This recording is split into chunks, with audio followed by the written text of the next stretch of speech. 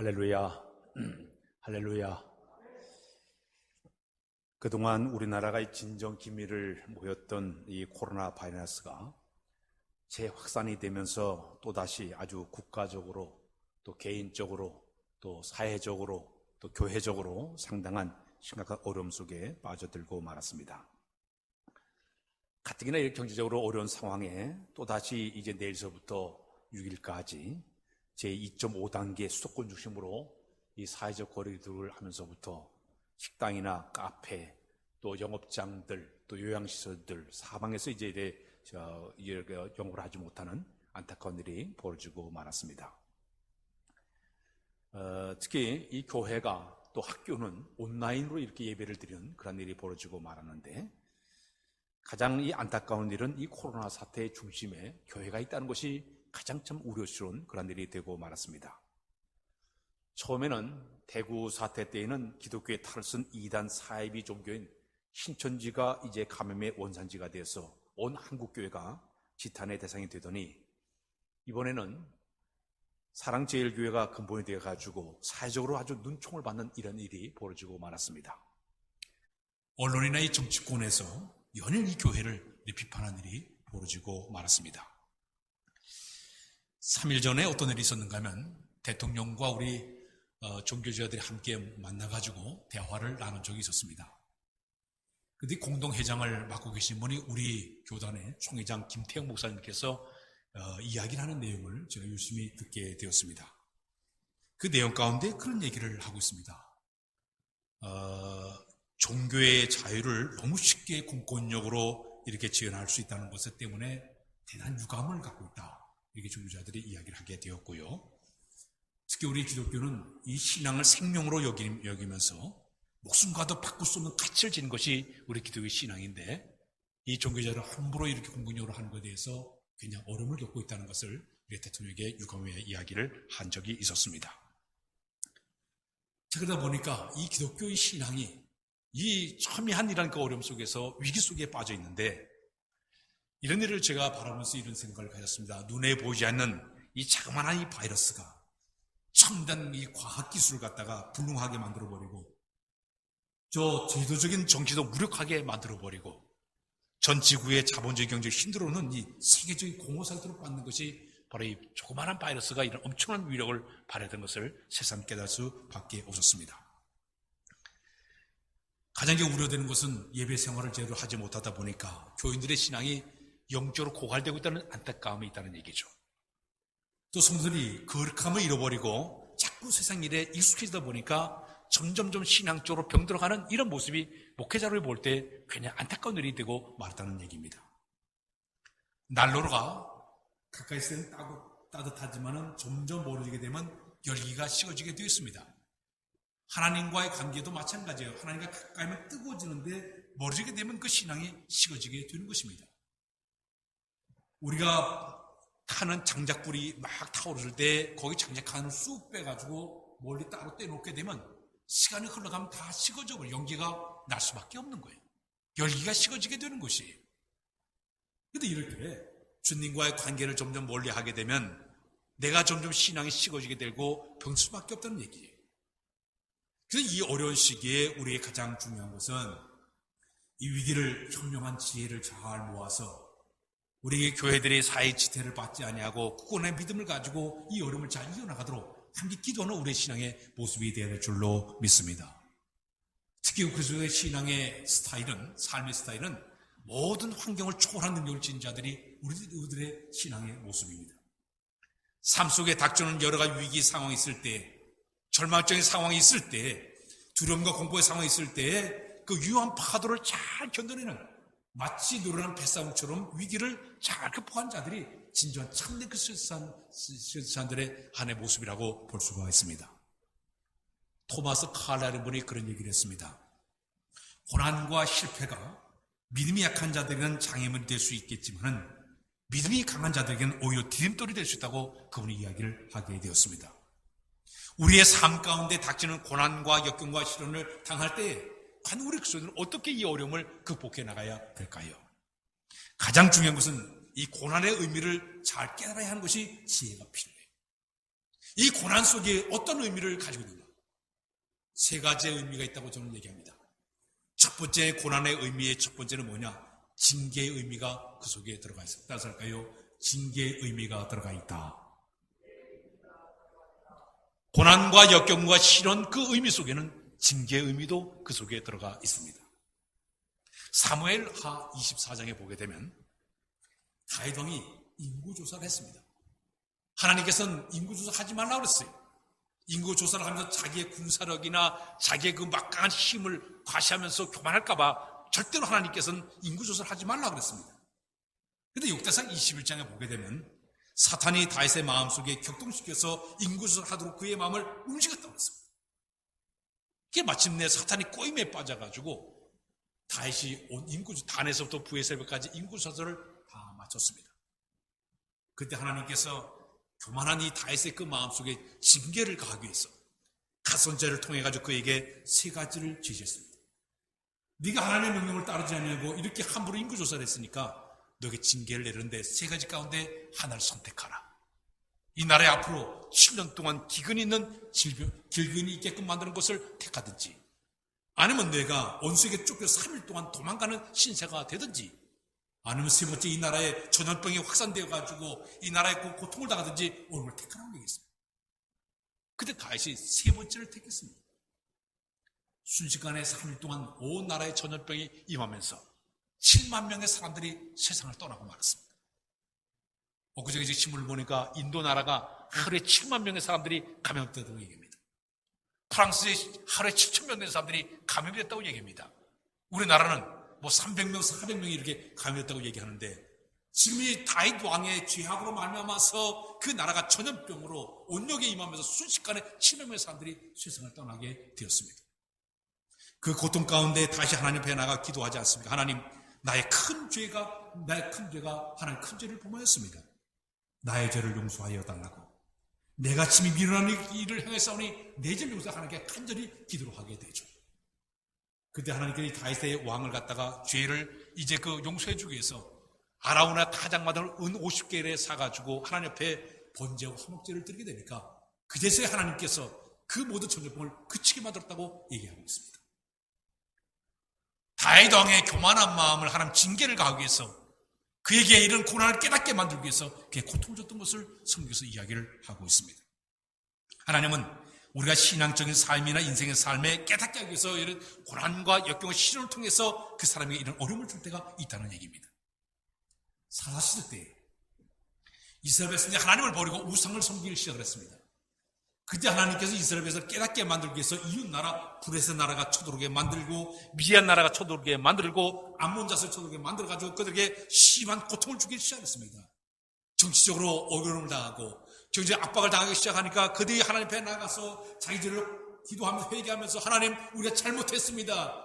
우리 하나님을 버리고 우상을 섬겼습니다. 죄를 회개하게 되니까 그 나라의 백성을 구원하게 하나님 그때마다 삼손을 세워서 나라를 구원해주고 기드온을 세워서 나라를 구원해주고 드보라를 세워서 나라를 구원해주고 뭐 삼가를 통해서 나라를 구원해주는 이런 역사가 사무엘 사사기서에 계속적으로 나온 것을 보게 됩니다. 이 고통, 이 어려움, 이 시련은 그의 죄를 깨닫게 하기 위해서 이런 고통을 그들에게 주고 있다는 얘기입니다. 요나가 하나님의 명령은 저 니느웨 성에 가서 하나님의 말씀을 전파하고 그에게 명령을 내렸습니다. 그러나 요나는 그 하나님 명령을 어기고 그런 저 다시스를 향해서 그가 도망가게끔 만들었습니다. 그 요나가 탄 배가 풍랑을 일으키게 만들었어요. 어려움을 당하게 만들었습니다. 배 안에 있는 모든 사람들이 풍랑 때문에 큰 고통을 겪게 되었습니다. 그때 선장이 배를 타고 그동안 많은 운행할 때마다 이렇게 풍랑을 심하게 다니는 게 별로 없었는데 너무너무 풍랑이 심하다 보니까 아하, 신이 노했는가 보다. 전 배 안에 있는 사람들을 제비를 뽑았습니다. 그때 덜컥 요나가 뽑히고 말았습니다.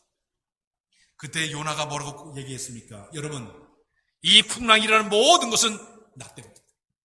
나 때문에 이런 풍랑을 만났으니 나를 저 바다에 던져달라고 얘기했습니다.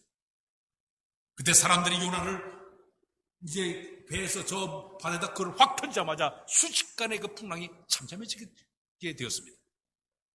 그러나 하나님께서 요나를 깨닫게 만들기 위하여 그를 사랑하사 큰 고기를 예비해서 요나를 꾹꾹 삼키게 만들었습니다. 요나는 물고기 뱃속에 들어 3일 동안 지나면서 철저하게 회개하게 됩니다. 그의 기도를 듣지 하나님께서 그를 다시 니네로 보내가지고 다시 토해내게 만들고 마침내 가서 하나님 말씀 전하도록 그에게 역사하지 않습니까? 시편의 119편 67절에 보면 이런 말씀이 있습니다. 우리 다 같이 읽겠습니다. 고난당하기 전에는 내가 그를 행하였더니 이제는 주의 말씀을 지키나이다. 71절 다 같이 읽겠습니다. 고난당하는 것이 내게 유익이라. 이로 말미암아 내가 주의 의를 배우게 되었나이다. 고난당하기 전에는 몰랐어요. 그러나 막상 고난을 당하고 나니까 하나님 뜻을 발견했다는 얘기예요. 주의 말씀을 깨닫게 됐다는 얘기예요. 이것이 바로 고난을 당할 때 우리에게 느끼는 하나의 모습입니다. 루이스라는 신학자는 그런 얘기를 했습니다. 고통의 문제는 책에서 그런 이야기를 사람에 따라서 무서운 일이 일어나기 전에는 하나님께 귀를 기울이지 않는 습성을 가진 것이 사람들의 모습이다. 그러므로 고통이라는 것은 귀목을 앓을 수 있도록 하는 하나님의 확성이가 될 수밖에 없다. 고난을 당하고 나니까 아하! 이게 하나님 뜻이구나. 하나님이 이런 것을 알려주신 걸 깨닫게 하는 하나님의 확성이라고 그분이 이야기하게 되었습니다.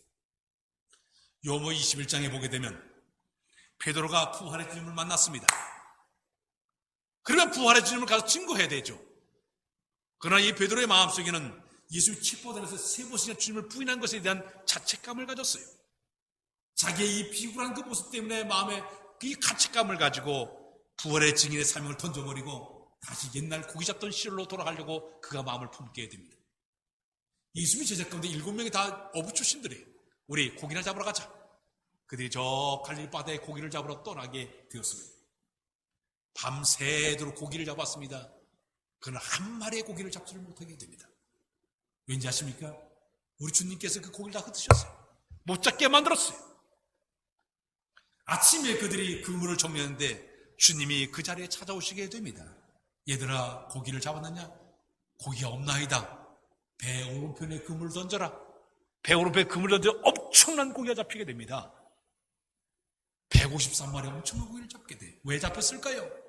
흩어진 고기를 모아놓게 되니까 고기를 잡게 만드십니다. 이 사건을 당하는 순간 베드로의 마음속에 부득 깨달았어요. 그 옛날 자기가 처음에 주님을 만났을 때, 자기가 주님의 제자가 될 때 그 상황이 오냐? 배 깊은 데가 그물 던져 엄청난 고기 잡은 그것을 깨닫게 되었어요. 아하! 내가 사명을 모르고 이렇게 내가 고기 잡은 이것이 잘못되었구나 깨닫게 되었어요. 그때 주님께서 베드로와 식사를 다 마친 다음에 그에게 다시 한번 회복을 시켜줍니다. 네가 나를 더 사랑하냐? 그의 말씀을 전해요. 3번 질문하게 돼요. 내가 주를 사랑해 주께서 하시느냐? 3번 주님과 대화가 다 마친 다음에 그제서야 주님과의 관계를 회복한 다음에 그는 마지막 십자가에 거꾸로 다리까지 자기의 삶을 잘 감당하던 사람이 바로 베드로 사도였습니다. 사랑하는 여러분, 지금 우리의 삶의 주변을 쭉 보면서 여러 가지 일들이 많이 일어나고 있어요. 실패, 실직, 아픔, 고통, 괴로움. 더 나아가서 이 교회적으로 볼 때 교회가 예배가 금지를 당하고 교회가 봉쇄를 당하고 이 모든 것들 원인이 어디 있는가? 이런 모든 역경의 이 환난과 고난과 역경이 어디서 나오는가? 여기 눈을 딱 뜨고 보면서 혹시나 하나님의 징계가 있는 것이 아닌가? 우리가 바라봐야 된다는 얘기예요. 특히 지금 우리가 사방으로 지금 성경 말씀을 우겨싸임을 당하고 있습니다. 지금 거꾸로 뜨임을 당하고 있습니다. 박해를 당하고 있습니다. 이 모든 것이 왜 일어나고 있느냐? 혹시나 하나님의 징계는 여기 없는지 우리가 바라봐야 된다는 얘기예요. 그동안 한국 교회가 너무나 안일한 신앙으로 지금까지 살아왔습니다. 배부른 신앙생활을 하면서 살아왔습니다. 게으른 신앙생활을 하고 있었습니다. 황금만능주에 빠진 신앙의 잘못된 신앙, 이번 기회에 이 코로나 바이러스 때문에 어려움을 당하면서 우리가 조용히 주님의 무릎을 꿇고 하나님, 한국교회가 그동안 너무나 신앙적으로 병들었습니다. 잘못됐습니다. 용서하여 주옵소서. 주 앞에 돌아가야만이 이 모든 징계로부터 벗어나게 되게 될 줄로 믿습니다. 저 다윗과 같이 무릎을 꿇고 주님 앞에 회개해야만이 이 모든 문제를 이겨낼 수 있는 이런 일이 우리에게 벌어지게 될 줄로 믿습니다. 두 번째는 이 고난과 역경과 고난의 의미 속엔 두 번째 의미는 연단의 의미가 그 속에 들어있다. 따라서 할까요? 연단의 의미가 들어있다. 하나님은 우리 그리스도인이 더 강한 그리스도인이 되기를 원하고 있습니다. 예수 믿는 모든 사람들이 강한 십자가의 군병이 되기를 원하는 분이 바로 우리 하나님이세요. 우리나라에 세상의 군인을 꼽으라 그러면 UDT예요. UDT는 엄격한 그런 지옥 훈련을 받으면서 수많은 어려운 위험한 훈련을 다 견뎌냈기 때문에 그 사람들은 그 위험한 고비를 다 거쳐내다 보니까 고도의 육체와 정신적으로 아주 훈련 상태가 아주 고도에 올라간 사람들이에요.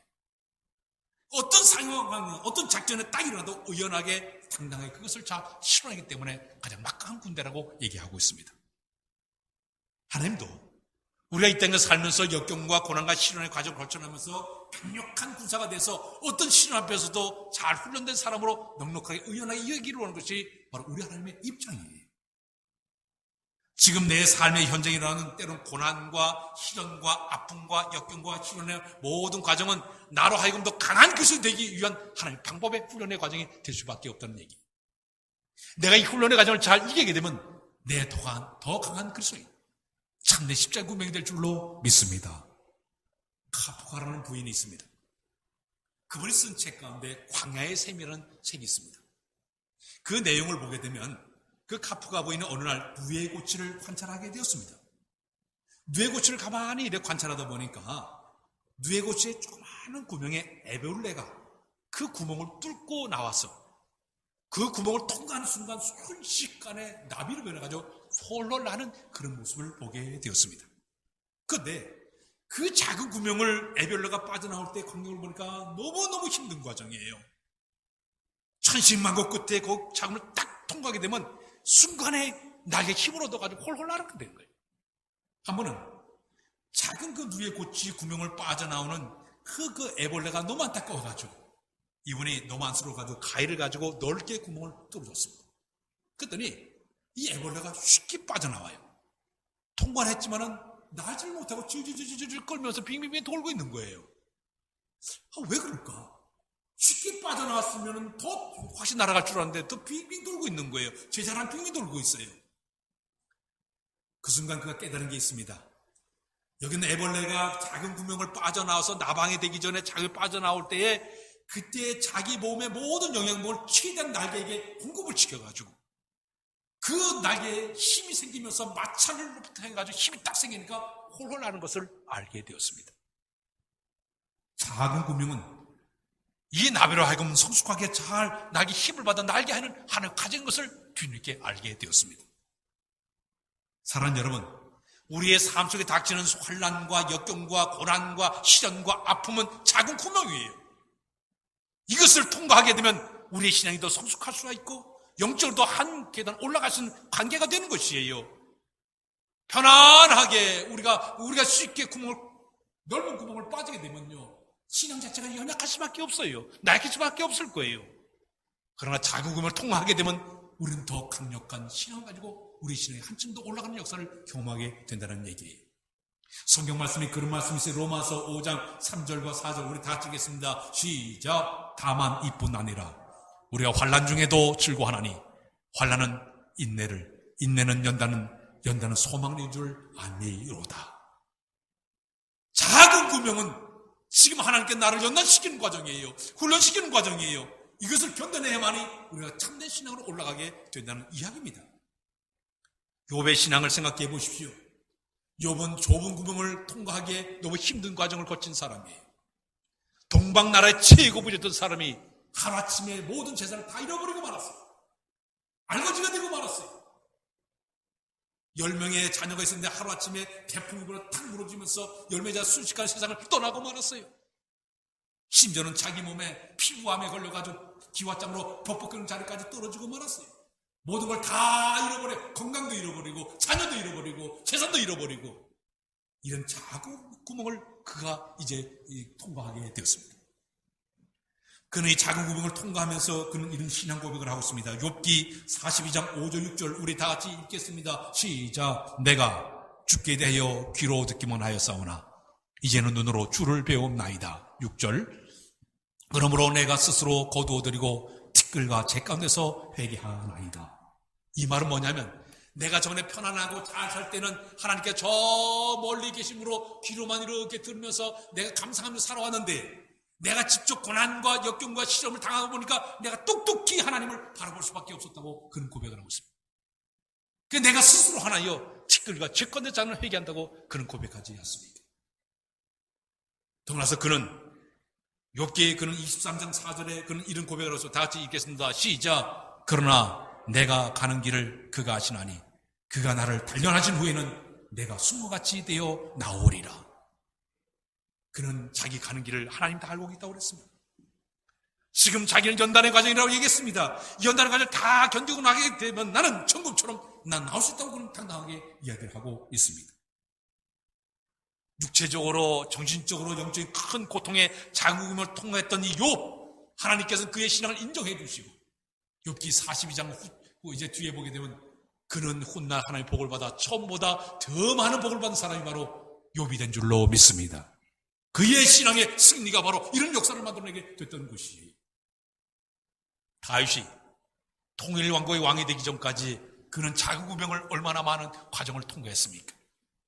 그는 15살에 왕이 된다는 그 선자의 그 말을, 사무엘 선자의 말을 듣고 기다렸습니다. 그러나 15년 동안에 걸쳐가지고 그는 숱한 전쟁과 사울왕의 그 끊임없는 암살 계획 때문에 쫓겨다니는 몸이 되었습니다. 아둘람 굼으로 엔게디 굴로 유대 광야 숲 광양으로 심지어는 저 브레셋 나라까지 가서 침을 질질 흘리면서 미치기까지 할 정도 수치심을 그는 당하게 됩니다. 죽음의 고비를 순간순간 넘어들면서 그는 이 모든 상황 속에서 철저하게 하나님을 의지하게 됩니다. 자기를 내려놓고 하나님을 의지하게 돼요. 그 어려운 작은 꿈을 통과하면서도 하나님을 의지하고 견뎠더니 마침내 훗날 하나님께서 그를 갖다가 다 뽑아냈어요. 여러 가지 별명 가운데 다윗은 내 마음에 합한 자라고 인정해 주지 않습니까? 그는 훗날 성군 다윗이요 의의 왕으로 쓰임받은 사람이 바로 다윗이었습니다. 왜? 그는 자국우명 환난과 고난과 어려움을 이겨냈기 때문에 그를 하나님께 위대한 사람으로 쓰게 만들어 주신 줄로 믿습니다. 제가 어릴 때 저희 집 바로 앞에는 대장간이 있었습니다. 대장간에 가게 되면 저는 볼거리가 그렇게 많아요. 조만 어린 나이에 쭈그리고 앉아가지고 대장장이가 하는 일을 유심히 관찰했습니다. 그 대장장이가 저희 어머님이 훗날 이제 중신해가지고 결혼한 그런 가정이에요. 그 대장장이의 그분이 일을 하는 거 보니까 풀에다가 쇳덩이 집어넣고 풀무지 푹 풀무지래요. 그러면 그 속에 있는 그 새가 벌건 그 불에서 멀겋게 달아오게 되면 그걸 집게로 탁 끌어낸 다음에 쇠 위에 덮고 망치질을 계속 이제 두드리기 시작해요. 두드리다가 이제 그 두드리는 얼마쯤 두드리게 되면 그걸 물에다가 촥 집을 칙! 그 칙 할 때 그 짜릿함이 어린 나이에 얼마나 그거 신기한지 몰라요. 재밌어가지고 매일매일 가가지고 그걸 구경을 했어요. 또 두드리게 되면 또 집어내요. 빨갛게 달군 다음에 다시 꺼내가지고 또 두드려요. 계속 두드리면서 거기서 낫을 만들어내고 괭이를 만들어내고 그리고 호미도 만들어내고 삽도 만들어내고 쇠사랑도 만들어내고 계속적으로 만드는 것을 봤습니다. 지금 여러분 우리의 이 삶 속에 일어난 수많은 역경과 고난과 시련과 이 모든 것을 뭐냐? 지금 하나님 나라를 갖다 당신의 도구로 만들기 위해서 지금 두드리는 과정이에요. 만드는 과정이에요. 쓰임받는 사람 만들기 위해 끊임없이 지금 나를 두드리고 있습니다. 아픔과 고난과 시련에 이런 두드림이 있습니다. 잘 견뎌낸 사람은 하나님께 쓰임받는 귀한 것으로 사용하도록 인도해 줄 줄로 믿습니다. 마지막 이 고난과 역경은 세 번째 우리에게 주는 의미가 있습니다. 고난은 내가 하나님께 더 가까이 가려는 하나님의 신호가 될 수가 있습니다. 내가 하나님께 더 가까이 가려는 하나님의 신호가 바로 이 고난의 의미 속에 들어가 있습니다.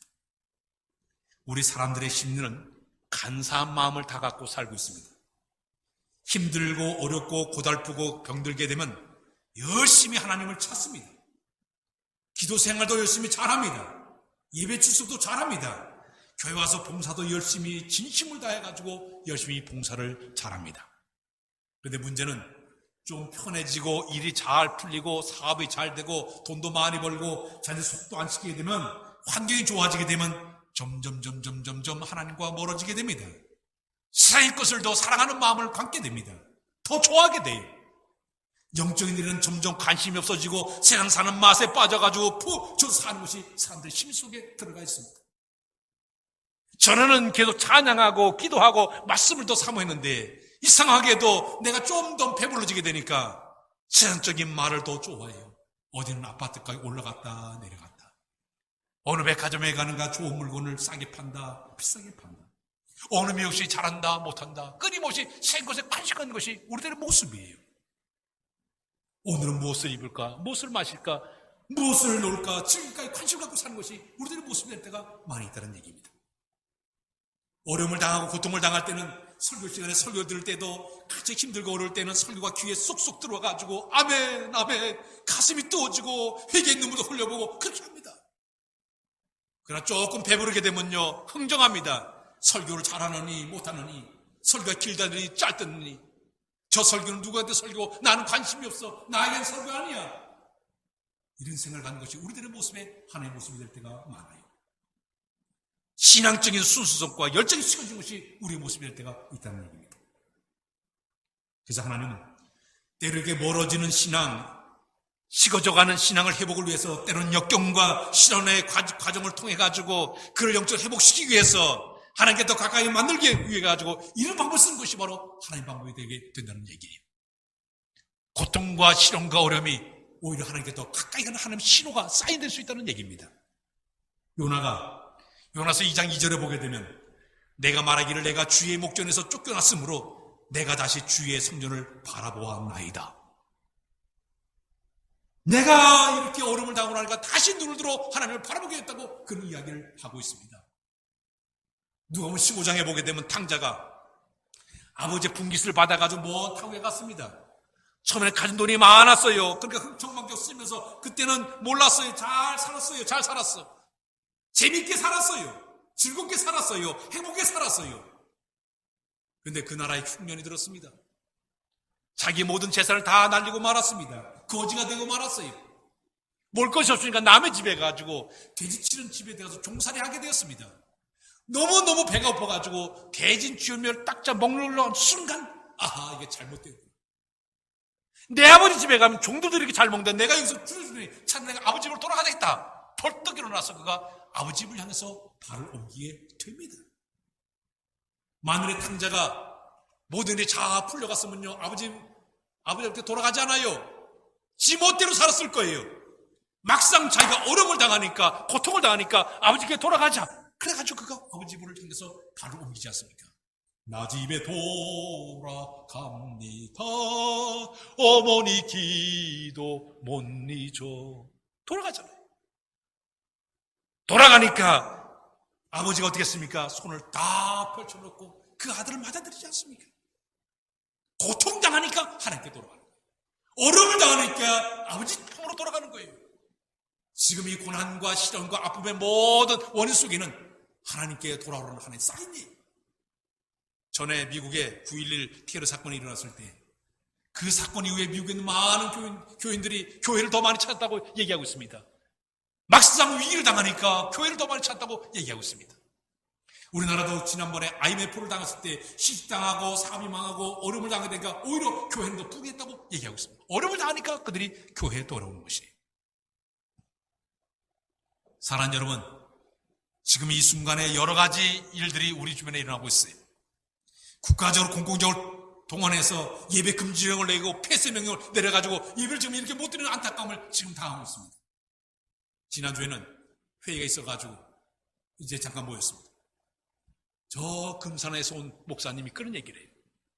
예배를 드렸다고 저 면사무소에서 계고장이 날라왔대요. 3번 받으면 법적 죄질을 강했다고 금산에 있는 우리 노예의 7개 교회가 그런 일을 당했대요. 폐쇄 명령, 그 계고장을 받았다는 거예요. 예배를 못해. 우리나라의 70%가 농어촌 교회들이에요. 개척 교회들이에요. 근데 그 사람들이 이 영상 예배를 이렇게 하려면 돈이 많이 들어가니까 영상 온라인 예배를 못 들어요. 저 시골 교회 있는 사람들은요, 영상 예배를 드려도 노인들이 그걸 못 봐요. 그러니까 모여가지고 다 띄워놓고 예배를 드는데도 와가지고 쾌고장을 보내고 말이에요. 엄포하고. 이 위기 속에서 참 어려움을 당하지 않습니까? 지난주에도 또 한남대 이사에 제가 가지고 얘기를 들어보니까 저 대구에 오신 우리 교회 와서 부흥했던 박시웅 목사님 그 얘기예요. 대구의 어떤 그 식당에서는 교인들 안 받겠다고 거기다 썰었다는 거예요. 교인들. 심지어 어떤 데는 목사님을 안 받겠다고 썰었다는 거예요. 이 언론이 이렇게 만드니까 교회들이 이게 지탄 대상이 되고 말았어요. 목사님이 엘리베이터 타는데 로마 칼을 해고 딱 타니까 목사님 내리시라고 그런데도 있다는 거예요. 이런 여러 모양으로 사탄은 이런 모양 저런 모양으로 끊임없이 우리를 힘들게 하고 있습니다. 그러나 우리에게 중요한 신앙이 있습니다. 위기는 또 하나의 기회가 될 줄로 믿습니다. 이 위기 속에서 내 신앙을 연단하고 이 위기 속에서 내 신앙을 또 회복하고 성숙시켜버리고 하나님께 가까이 되면 이것도 우리의 기회가 된 줄로 믿습니다. 우리 예수님의 비유 가운데 누가복음 3장 17절에 이런 비유가 있습니다. 이제 마지막 날 타작마다 키질의 비유가 있습니다. 농사를 지으고서 키질을 딱 하게 되면 쭉저기는 훌훌 날아가 버려요. 그러나 알고 보면 펄떡 안으로 뛰어들어요. 하나님께서 지금 우리나라에 지금 키질을 하고 있습니다. 쭉종이 신자는 홀홀 자꾸 떠나가 버려요. 주님을 떠나가 버려요. 알곡 신자는 그럼에도 불구하고 자꾸 주님 품으로 뛰어들면서 주여 도와주십시오. 주여 살려주십시오. 자꾸 뛰어들지 않습니까? 알곡 신자가 되어야 될 줄로 믿습니다. 지금 우리가 이렇게 사방 우겨 싸임을 당하고 있습니다. 거꾸로 뛰임을 당하고 있습니다. 답답한 일을 당하고 있습니다. 박해를 당하고 있습니다. 그러나 우리가 이기는 비결은 오늘 성경 말씀에 질기 속에 능력이 있다고 하는데 한주의 능력을 소유하기만 하면 이 어려움을 잘 극복하고 이겨내게 될 줄로 믿습니다. 이 또 하나의 기회. 지금 이 재확산 때문에 다시 이 교회가 어려움을 당하지만 위기가 또 하나의 기회가 돼서 하나님 더 가까이 하고 내 신앙을 회복해서 넉넉히 승리의 길을 걸어가는 여러분들이 다 되시길 주님의 이름으로 부탁드립니다. 기도합니다. 하나님, 환난과 역경과 시련 앞에서도 굴복당하지 않고 넉넉하게 이기를 원하오니 주께 우리에게 강력한 믿음과 우리에게 능력을 허락하여 주어서 연단의 과정 잘 이겨나가도록 도와주시기만을 원하고도 바랍니다.